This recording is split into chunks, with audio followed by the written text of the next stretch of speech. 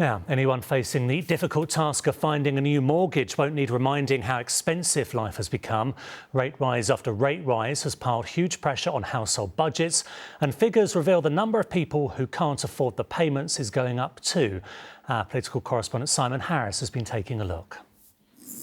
Like many Londoners, Abigail's hopes of owning a home have been hit by the brutal reality of interest rates. She and her husband Mark were expecting their first baby, Ella, and about to buy their first house.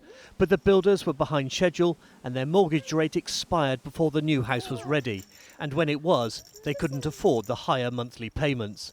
I had, I think, numerous panic attacks. I was kind of distraught, actually.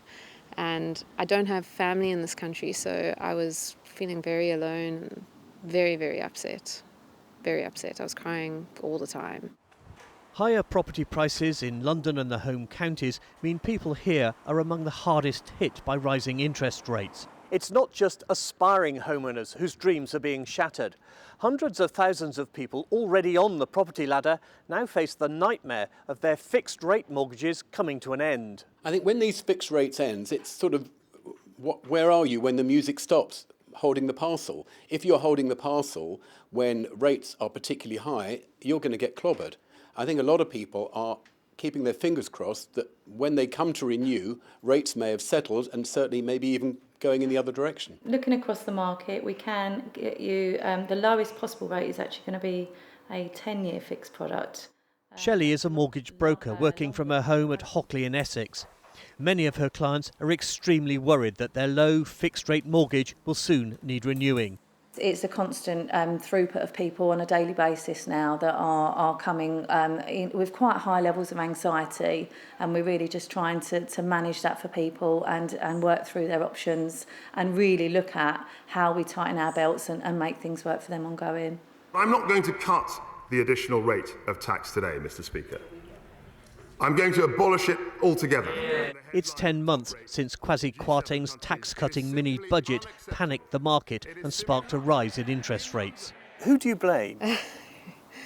I think I blame the current government, I would say. If that hadn't happened, I think we'd be in a different position. We'd be living in our newly purchased property.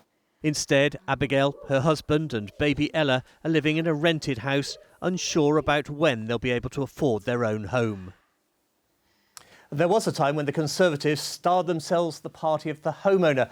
But after successive increases in interest rates, is that still the case? And will mortgages be a deciding factor in the next election?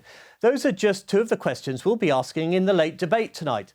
I'm joined in the studio by Labour MP Rushnara Ali, David Simmons for the Conservatives and Liberal Democrat peer Susan Kramer. We'll also look ahead to next week's by-election in Uxbridge and South Ruislip, where Labour is hoping to take the seat formerly held by Boris Johnson and where the Tories are playing the ULEZ card. Plus, Thames Water is drowning in debt and it looks as if we'll all end up paying higher bills.